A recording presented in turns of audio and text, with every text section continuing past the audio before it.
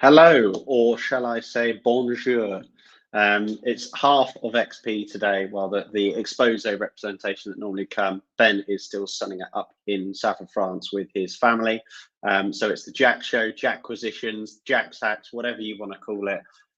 But I will be flying solo and hopefully giving you a rundown of what we've been up to this week in business. Ben has been tapping in and out of emails, and that is just the nature of business. But we have a jam-packed episode, even still, without Ben. So without further ado, let's get straight into the agenda. I've got to do a bit of background clicking while we go, so bear with if there's any delays. So kicking off the agenda, we've just returned from MIPIM, if you didn't get the hints, and we're going to be sharing what it costs and is it worth it. If you are not aware of what MIPIM is, it's a property conference that's hosted in the south of France every year in March. Ben and I went last year and we went this year. That might be a bit of a hint there whether it's worth it or not. But I'm going to be diving into the detail of the costs and whether it is worth it for you. Point two, we had the pleasure of being accompanied by two aspiring entrepreneurs in property, construction and finance. And we recorded a special episode. So if you haven't watched that episode, hopefully some teasers in this episode and some highlights in this episode will give you a bit of a boost to go and watch that episode that we recorded with the guys. We'll be updating on a £10 million raise. Now, we've been going on about this for probably about 6 months now. And it's actually unreal how many meetings that we've had and what we've learned, and a bit of an eye-opener to what that actually looks like for our business and our business going forward, and aligning values with those types of investment funds. We're talking about bigger family office, so we'll be going into that and whether bigger is better. Number four, lawyers. If your solicitors are difficult to pin down and get speed behind, I'll be talking about deadline dates and why they're key. XP yesterday hosted the Developers Club Executive One group on our site, so we'll be sharing about why we did that, why it's good for the execs, and what we got up to. Agents, so we're selling a couple of units on one of our sites, which is still to be sold, and I'll be giving you tips on when you're selling units on a site of how to just, I suppose, speed that process up and add a bit of transparency in that process. And then last but not least, really exciting, we'll be talking about structural engineering solutions and the importance of having options. Ben is obviously well put in place for structural stuff, given that's his background, but you're going to get my take on that too. So to kick off the special episode and key highlights from the last week's episode. So we thought, why not? We're staying in a villa with some really serial entrepreneurs, and it was a good opportunity to sort of, I suppose, collaborate on a podcast. This is something that we want to do more. And in actual fact, it's on our list to do. So the more people that you share this with, that like and subscribe, the more we can do of this, which is collaborative posts, more money goes into what we can put out.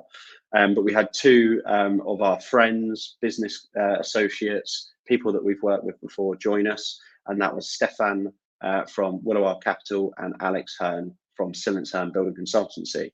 So the two main topics, and we tried to let them drive the conversation, was around finance and construction, which are obviously two major things in our business. And if you're a property developer, property investor, I'm sure it's the same for you. If you don't have headaches in those areas, then good for you. And I'd love to know what you do. Maybe we're doing the wrong thing. So we wanted to touch on some highlights, because the episode, if you go back and watch episode 57, is obviously all of the meat on the bone, but we wanted to give you a bit of a snapshot of what was covered, what we, I suppose, highlighted the importance behind the finance section, what we're looking at in the most current market space. So starting off with Stefan and finance.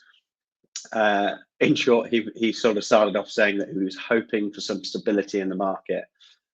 Evidently, being in the finance markets, being a lender, being a broker, we've been through quite a volatile time of obviously interest rates going up. They're sort of capping out now at 5.25%, and they're now looking to potentially dip down. That was announced yesterday that they're keeping base rate at the same, which is 5.25%.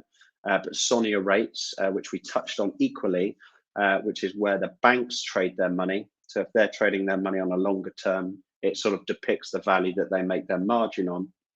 that is looking more stable and actually coming down, if anything. So that's sort of longer term money for the internal bank swap rates. We also touched on actually SONIA isn't everything. Banks actually don't always trade out traded money, so a trade on trade. They actually also have deposit banks who have, you know, people like us that put money in our bank account, save it in there, and then they lend that out.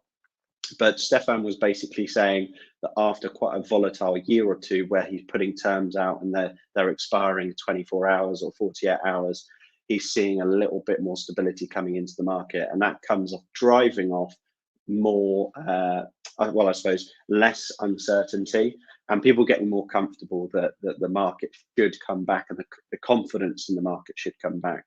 I mean, it's interesting that looking at a finance and a market confidence perspective, we've seen that the residential sales market has been really difficult over the last 6 months. So we're hoping that as that stability comes in, it feeds into the actual trading in the market, which is good. I suppose good for anyone. Anyone wants more on that, you can obviously watch the full episode where Stefan explains SONIA way better than I did, and that's what you get when you're in finance. He also touched on there's money in the market. There's lenders out there wanting to get money out the door. So evidently we've been through turbulent times of uncertainty, but there has been money in the process and wanting to burst out, but they didn't know where to put it and how to peg it and what their cost of capital was at and the risk and the market. So their leverage, their loan to value. So they were sort of sitting pride and you know, pricing so that they could be safe.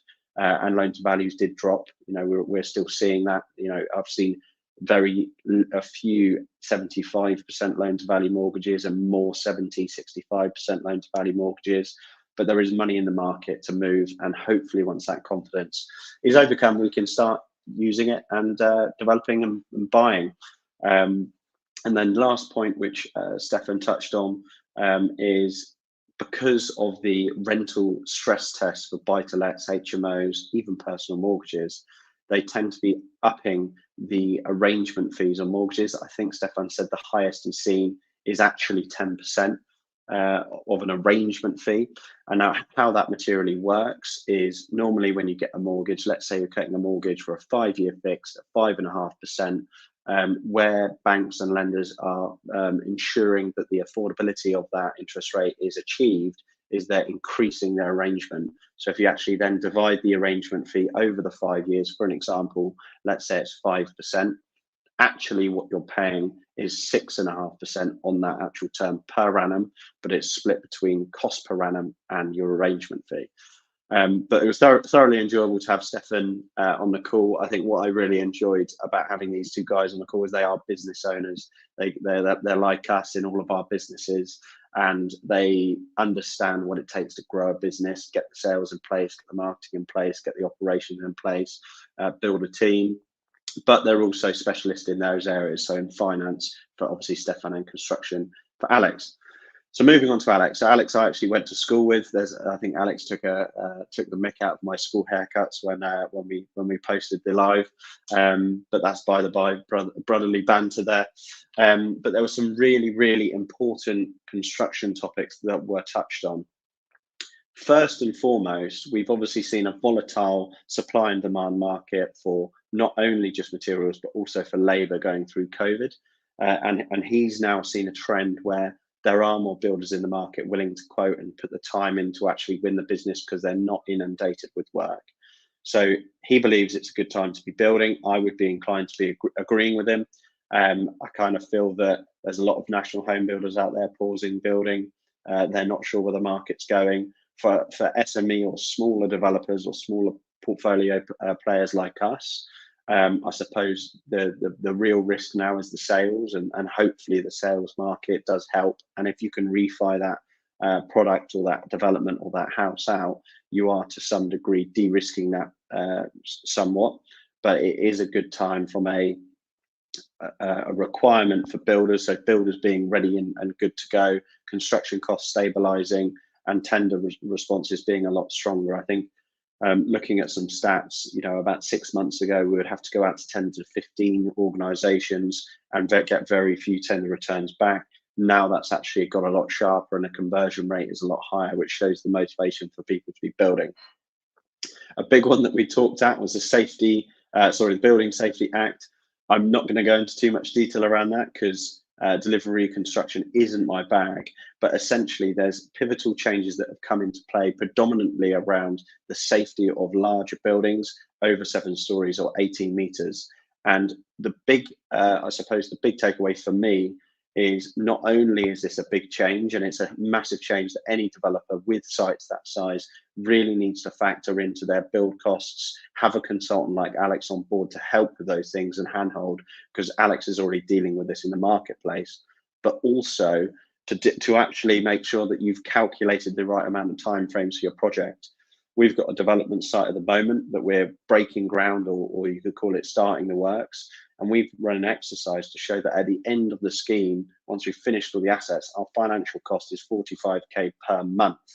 Now, if we've undershot our timeframes by 3 months, because this Building Safety Act comes in 3 parts, it's post-planning, during construction, and end of construction, that 9-month delay could kill the deal. So you need to make sure that you're factoring these costs into of time costs into your spreadsheets, so that you're actually accurately still reviewing your deals.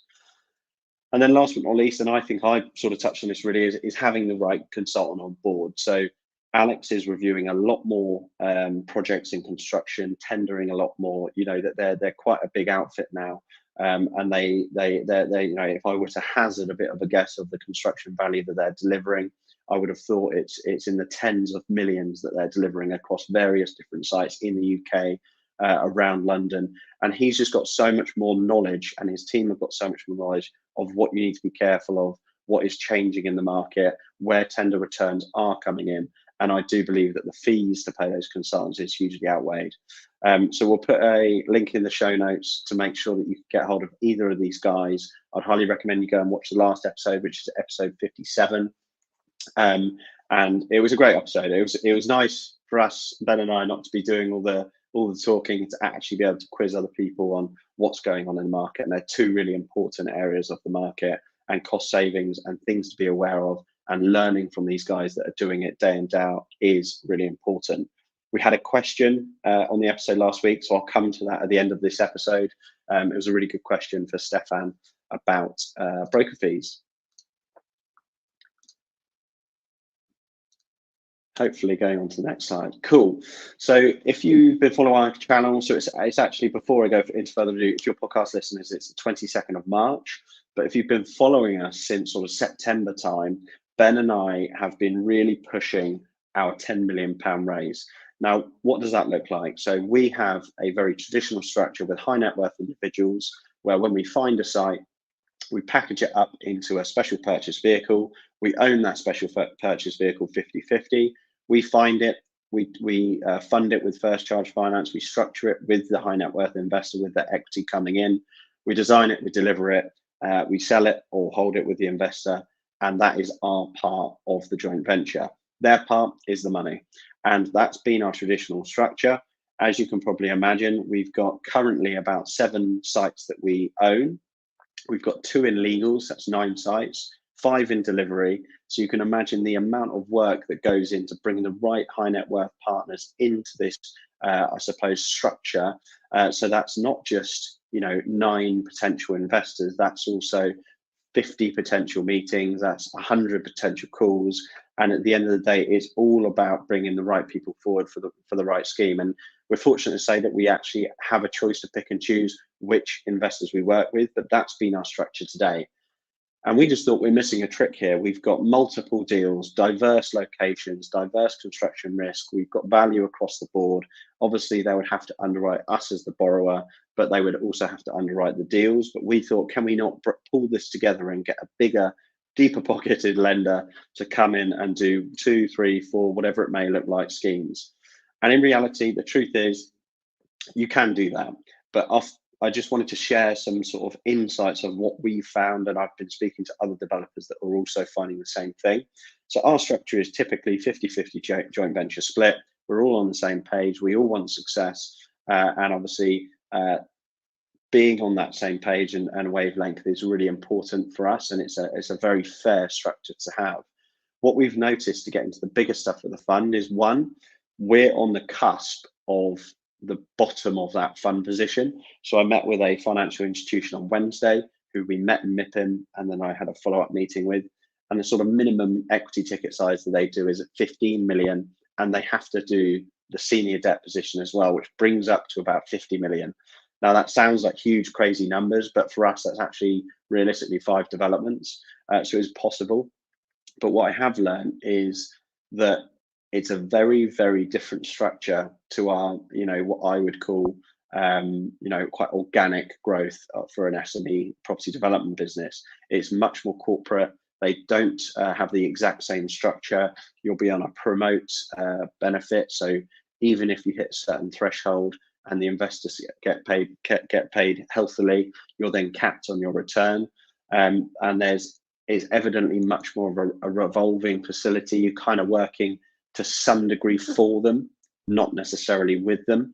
And this is what we found in the market. I'd be very interested if any of our listeners out there have looked at this, spoken to funds, spoken to family offices that have the same nature. So there's pros and cons. And for us, we can continue doing what we're doing, and the phrase of why fix something that's not broken.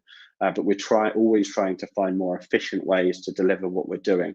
And I suppose the main pain point for us is we probably spend 30 to 35% of our time managing investor relationships and bringing investors in, onboarding investors, helping them to understand the projects, helping them get on board with the project to be our partners, and then managing that relationship through on there. If we obviously had one house, one point of contact, that would be a lot less time that we'd be spending with the investor side of things.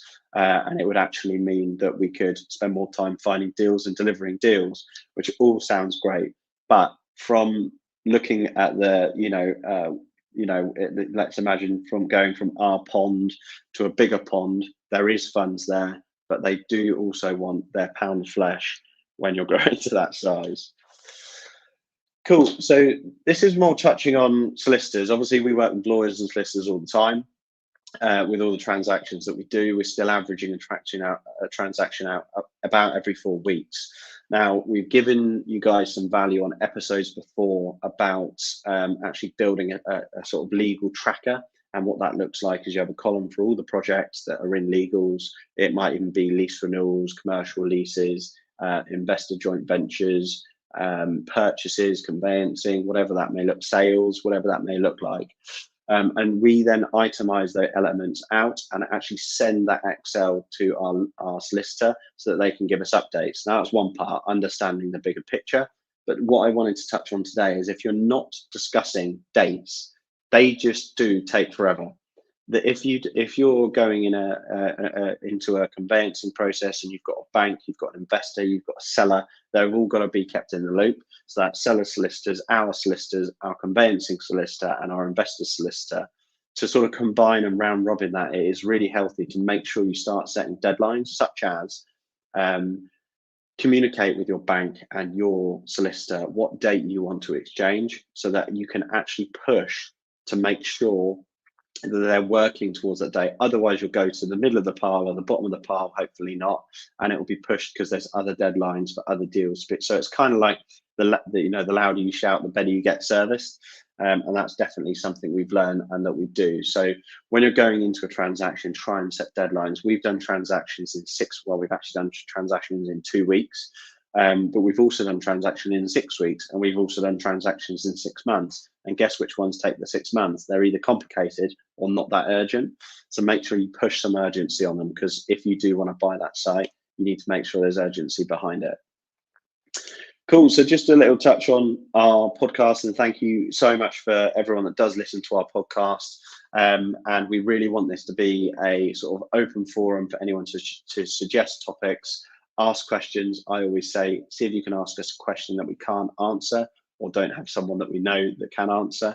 But what would be really valuable for us is if you could just share our podcast with one person that you think might find this valuable, and that would really help us grow the show.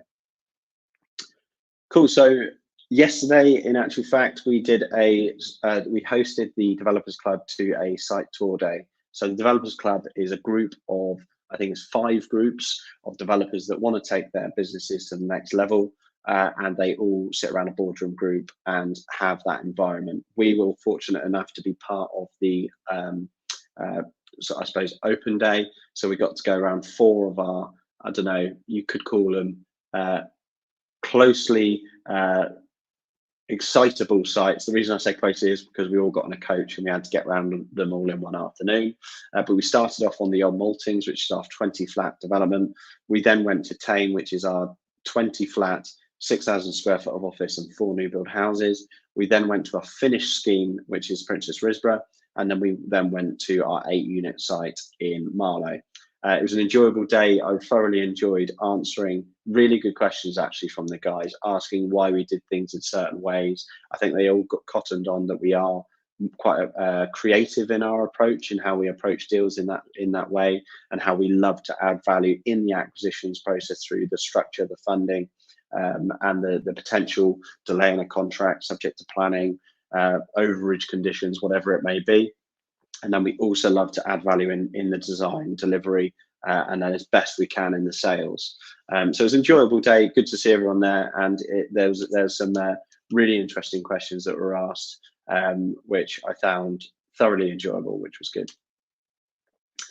Which leads me on actually for you guys to join us on our upcoming site tour day. Believe it or not, we did think of this before the TDC, and we've been meaning to do it, and we try to do these a couple of times a year. But we have one coming up on the 26th of April. It's completely free. So we're going to do 3 sites in the day, which will be Marlow, we'll start off in Marlow, then we'll go to the Old Maltings, and then we'll go to St Andrews Court. But if you want the full agenda and you want to submit your interest to do this, the link is on the screen if you're joining us on video. So just pause that and take that down and express your interest. There will be a limited amount of people that can come, because our sites are big for us, but they're not football stadiums, so we can only host so many people. So please do register your interest before spaces go. If you're listening on the podcast, I'm going to do my very best to read this out accurately. So it's https://bit.ly/xp-site tour 2024. If you are listening on podcast, find us on social media, DM us. We'll make sure the link gets to you so you can express your interest to come. But as mentioned, it will be amazing to see some of our listeners there. I'm sure that there's a few of you that haven't actually met us before, and vice versa. So it would be good to see anyone that would like to come along to that. Cool. So agents updates, and I hope for the video viewers you can see that lovely American photo of me there selling a lovely house. So I suppose one of the reasons we put this in is we try and get weekly updates from our agents. So that is an email with all the units that we're selling from that specific agent and a full update on that. And now this is obviously great for us to see, to share with our investor, to understand where the sales are at, because obviously that has a monetary value, the speed of these sales and also the value of these sales. What we're finding on actually one of our sites in Sunset Court, it would have probably all been sold by now if it wasn't for chains. Chains seem to be the bane of our existence. But what this is actually really useful for is it's actually useful for you to get the agent to have a think about what they're doing. If you get a weekly update and not a lot has changed, you can kind of challenge that and prize that and understand why. So if they haven't hosted viewings, but they've been, getting clicks on the right move links, and actually analyze that data and ask the agents, what's going on here? What's your view on this? And pushing it to the point where you go, these are the updates, not a lot's happening. What can we do? Let's collaborate. Let's think of ideas. And I think that's a really good tip to hold them accountable for their service.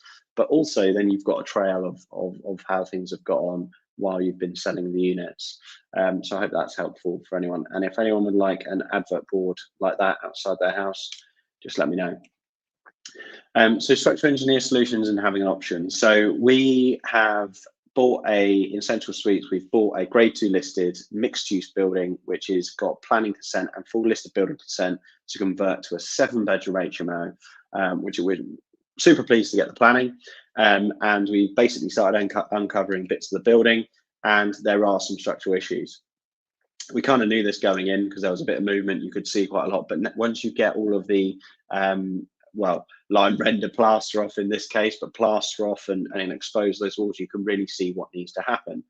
Now, all of our schemes are very sort of on a fine line between the cost of something and the time delivery of something. They're two really important factors, and that factor is exactly why the modern methods of a construction is very different to the traditional methods of construction. Modern methods of construction is really quick to get built, but it takes time to deliver it, and also you've got to fund that all up front. So cash flowing that might come at a cost, whereas traditional builders drip fed and you can kind of see it go up. And that's exactly the same as this, and the analysis that we need to go into when we're met with a problem. And I'm a massive believer that for every problem there's 3 solutions. Today we only have 2, but that's all we needed. But we have got a structural engineer to site to walk around the site with our builder. Funnily enough, I was actually in MIPIM when this meeting was going on, so I video called in to walk around the building with them virtually, and we came to a bit of a conclusion of how we needed to resolve a structural wall that needed to be amended. And long story short, the structural engineer had some ideas, and I said, look, can you sketch a couple of options on paper without going into too much detail, so that I can go to my contractor, 1, make sure that they're happy with it, but 2, make sure that the cost is considered, and then 3, the speed. And the reason that those 3 values are important, because if you send a structural engineer to draw what they think needs to happen, they may not take that into consideration. They may not take the time of delivery and the cost of delivery into consideration. They might just be thinking, what would they do in this situation, which might be completely conflicting, and you might actually be able to go for a faster, cheaper, probably more complicated option, or an option that they might not have actually opted for, but didn't understand the optics behind that. So we got put forward 2 options. It was either to support the wall on our own land, or it was to dig it out completely, support the wall, and underpin the neighbouring footing. Now, you can kind of guess which one we wanted to go for, but I talked it through with our builder. We picked a solution that was cost effective, they were happy doing it, and it was also quicker. And now we've pushed forward the detailed design and I suppose engineering drawings and calculations for the option that we wanted. So always push for options when you have a structural engineer on the case. I will actually say our structural engineer on this, shout out to Martin, is super pragmatic, and he also sort of considered that there's other elements of I suppose delivering construction than just getting to the point where it's structurally safe. He did think of the cost, he did think of the inconvenience, and he did think of the speed as well. Cool, maybe the moment you've all been waiting for, MIPIM, and was it worth it? What is the cost and what is worth it? I mean, this is a decision that went through mine and Ben's minds when we got the invite from the club that we went with. It's costly. It is a bit of a hoo-ha, and some people go out there not to do much business, but to have a bit of fun. But we wanted to share the sort of ins and outs of costs, whether it is worth it, our sort of general review on it. And there's a nice romantic picture on there that makes Ben and I look like a couple. Now, so MIPIM, for those of you who don't know, is kind of like a conference festival type thing that's held in Cannes. So if you're familiar with the Cannes Film Festival, the conference is held in the same building, which I say looks like an ugly version of the Sydney Opera House. And it's kind of a blend of a few things. So inside the conference, you've got big corporate and large commercial stands with, you might have a Saudi Arabia tent, you might have a Kuala Lumpur tent, a Qatar tent, you might have a Manchester stand, you might have a tech company, you might have an agent company, like a big national agent like Remax. And Ben and I went into the conference last year and we didn't really get value from that. But where we did get value is the meetings that we had outside the conference, which were on the promenade, in cafes, in bars, and you can get value from the people that go there to sort of capitalize more on the networking than the presentation and stands. So this year we decided to not go into the conference, and I back our decision. I think it was a good decision to not go into the conference. If you're a different type of business to us, we were predominantly going out there for private investment finance, private equity, family offices, and funds. And we knew that the bulk of those wouldn't actually be inside the conference all day, and that we could book meetings around that. I would hazard a guess that Ben and I probably had between 30 and 40 meetings between us over the course of Tuesday, Wednesday, Thursday, which is quite busy. That's almost 10 a day. Ben and I did a bit of together meetings and then divide and conquer, which I also think was really valuable. But I would have said that it's highly recommended that you, so conference wasn't for us, but if you're a corporate, large business, you've got big products to share, you're an international property or construction business, I think it might be valuable to go into the conference, but for us, it wasn't right. Second tip would definitely be to book up meetings before you go out there. You want to make sure that you're backed. You want to make sure you know why you're going out there, you know what you need, and you're back to back as we did this year. And I do feel that we got good value from that respect. Now into the numbers. So starting with flights, I think you can get flights between sort of 200 to 450 pounds between pretty much any London airport, and you fly into Nice and then transport your way down to Cannes where the festival is. Accommodation, I would estimate that you could expect to pay between £1,000 and £2,000 per bedroom between Monday and Friday. The conference, and now this price does change significantly because we got offered a conference ticket as a group, which came in at about £1,500. But I would highly recommend, if you're going on your own, do your own TD, ask what the prices are, because I don't know what they are if you're a standalone attendee. But because we're in a group, it was about £1,500. And now onto the last cost, which is spending. Now, everyone has their own type of luxury in life, but if you budget between sort of £50 and £100 per day, I think that's a fair cost. It's a bit difficult to budget because you get hosted lunches, you get hosted dinners, you get some meetings where you host, you get some meetings where someone else hosts. A good way to think of it is, if you're going to be giving someone business and paying for their business, they should be paying for you, and vice versa. But to top that up, I would say an estimate budget between sort of £2,500 to £3,500 is the expectation that you could pay to go to MIPIM. Now, the key question is that worth it?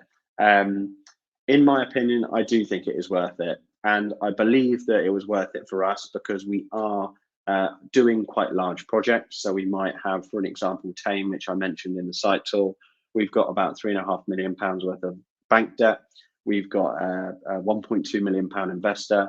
We've got a few million quid in construction.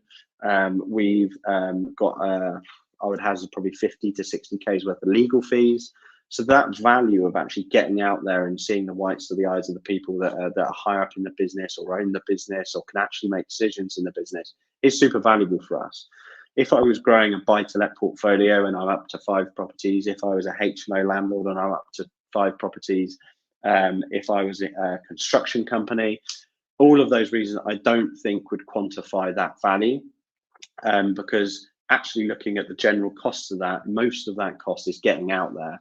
Now, there's another element of sort of going out there to quantify the value of that business and also enjoying yourself. So, burning the candle at both ends. If you wanted a bit of sun in March, I know England's a bit doom and gloom, no harm in getting out there and getting a bit of sun. So what I would, also say that it is a nice environment to be around. You can surround yourself with some interesting conversations.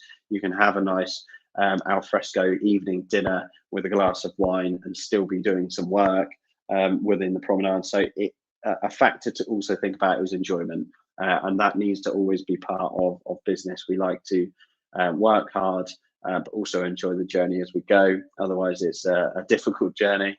So that's my overall synopsis. It's fairly vague numbers because wherever you go, Airbnb, hotel, shared villa, Ryanair, EasyJet, BA, whatever your spending appetite is, it can completely vary, but that's roughly about what we spent to get out there, just for anyone that hasn't been there before.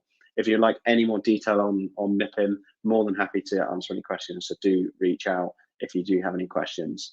I hope that was useful. Cool. So, I mean, that's kind of all we have today. Me and Ben normally ramble on for a lot longer, but I believe short and sweet.